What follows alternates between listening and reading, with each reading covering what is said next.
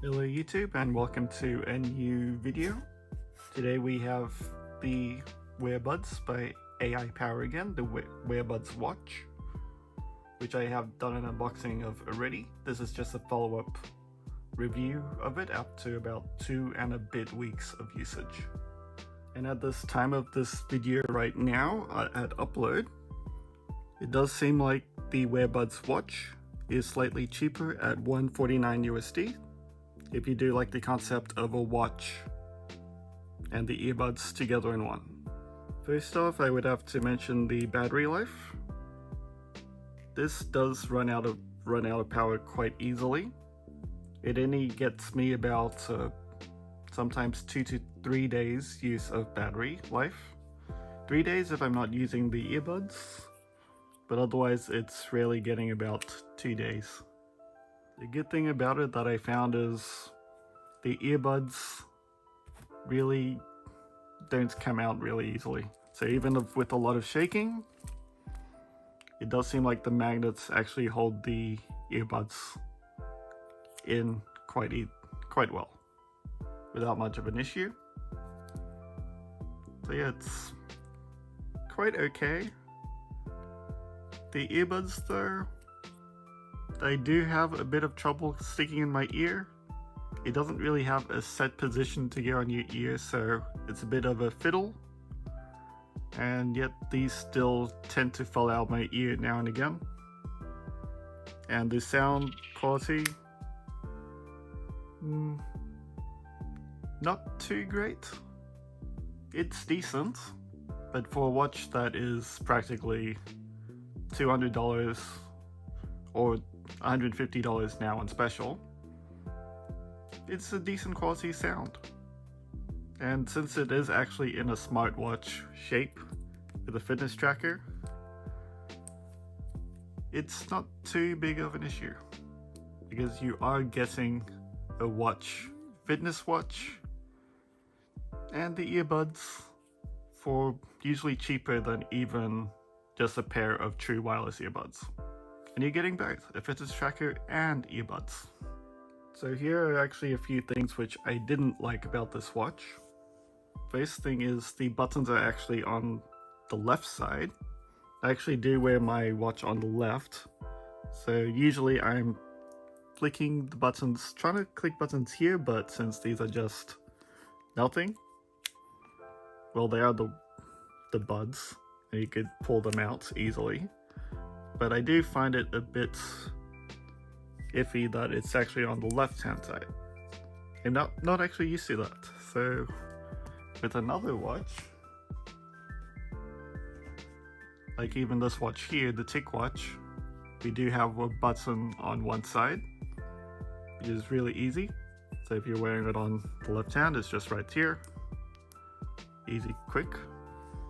And even other smartwatches, like this one, the 2 buttons right here, it's on the right hand side, and there's nothing here. Like this, it's a much easier fit and easy button placement.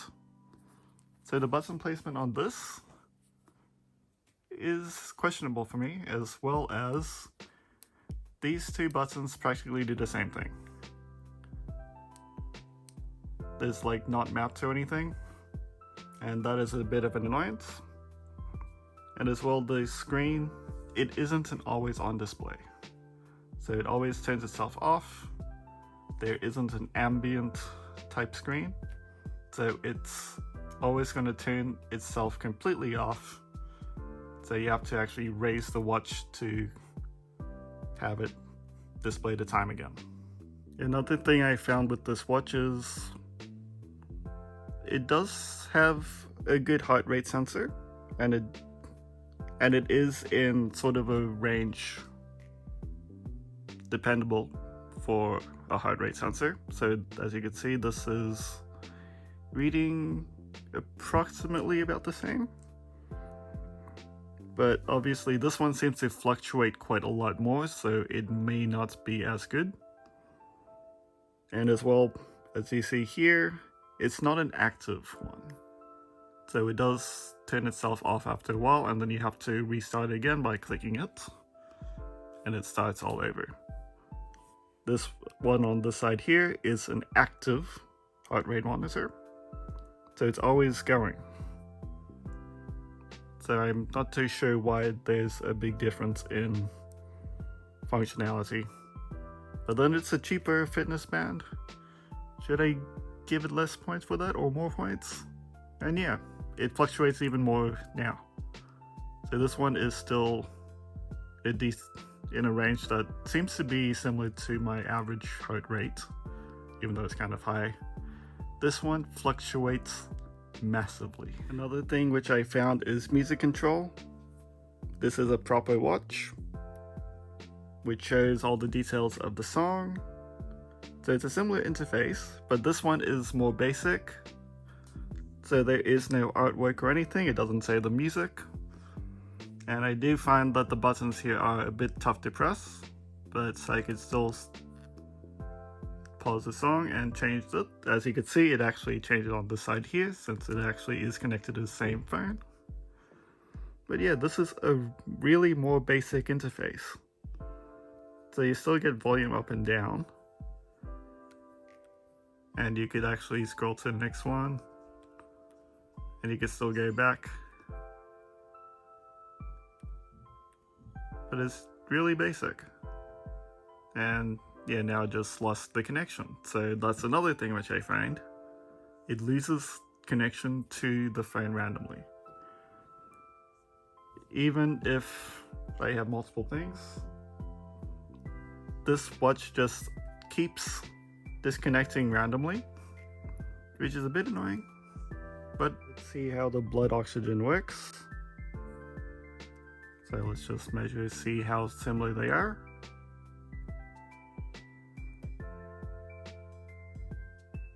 Have to remain still. Let's see what it gets. So the Wearbuds say about 97.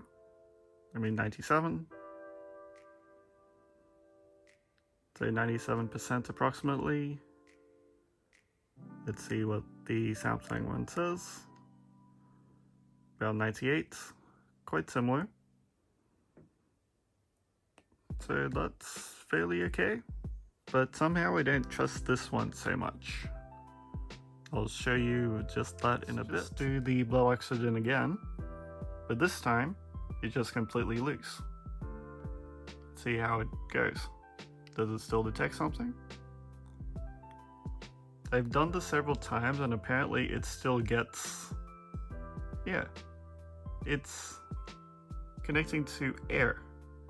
There's nothing on the wrist, so it's still getting this same amount of blood oxygen level. So I'm not too sure what's going on. If I do it with the other watch, it just completely loses it altogether.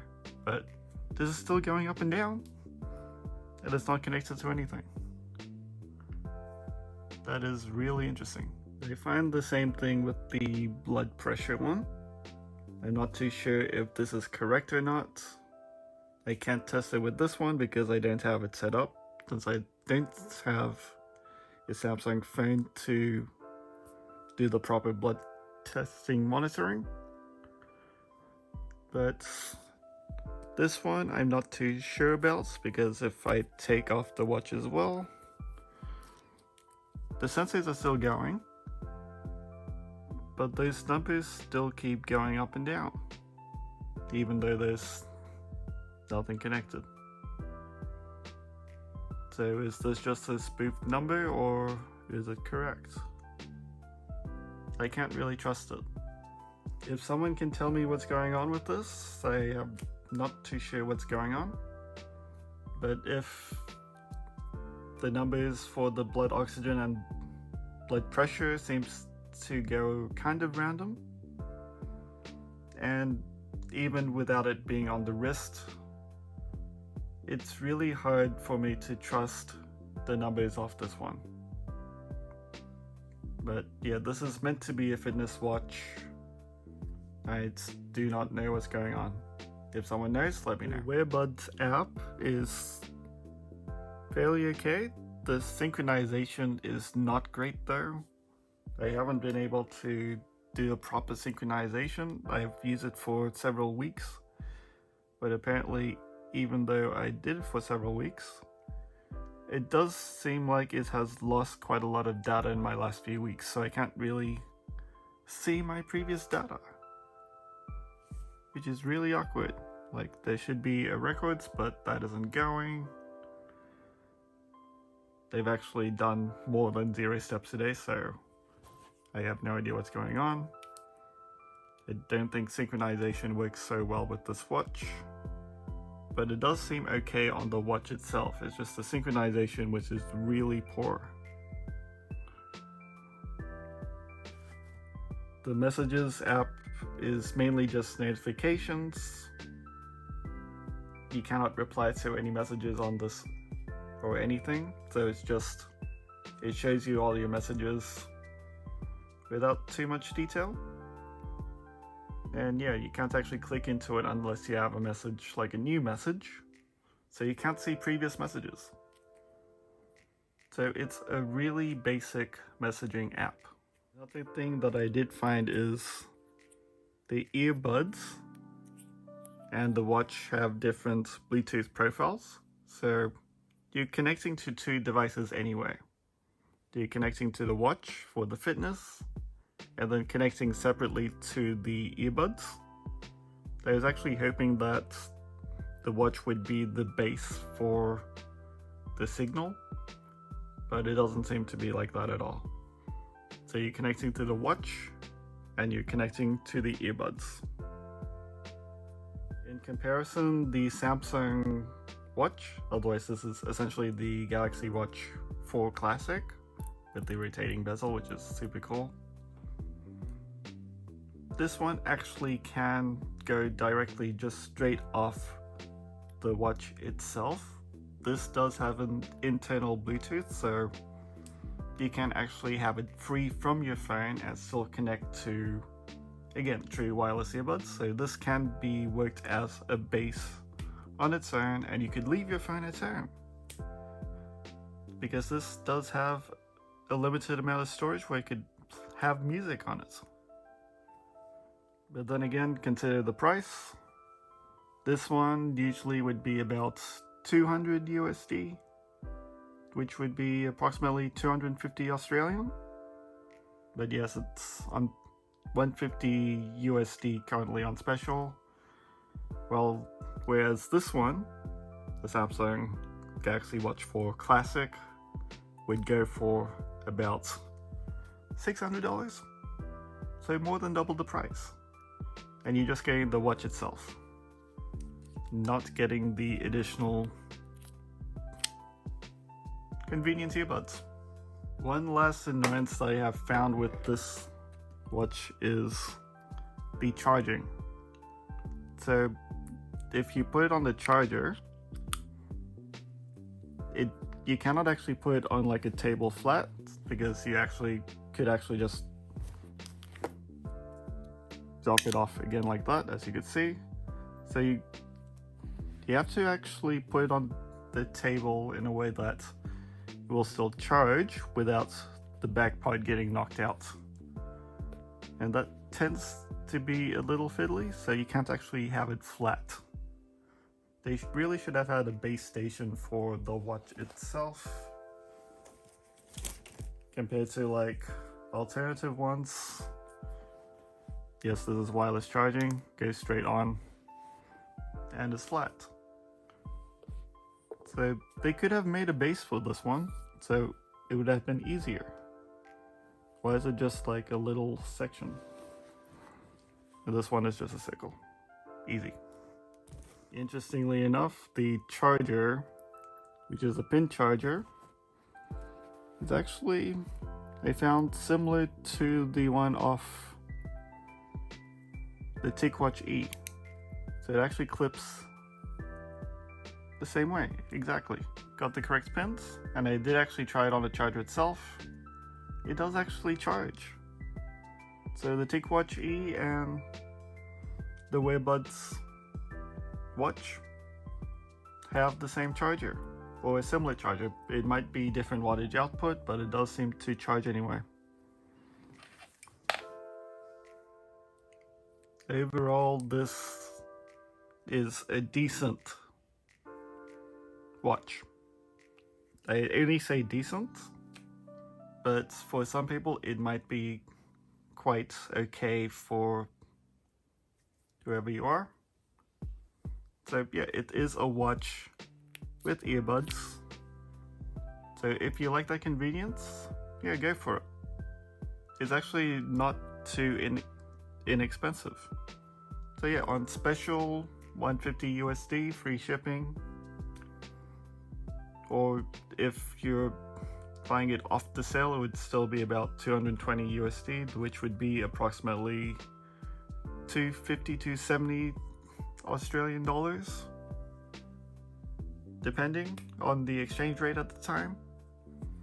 So yeah, it's less than $300 either way you go, and it's both the watch and the earbuds. On the other hand, if you did go for like a full smartwatch, yep, this one is $600 for the watch itself.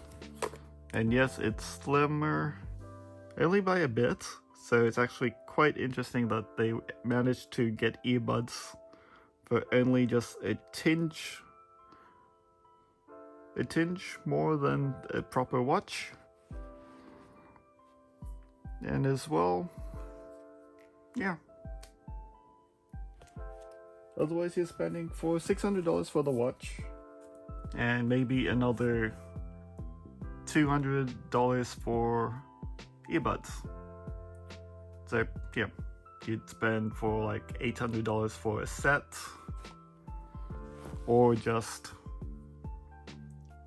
half the price or even less, $200 to $300 Australian.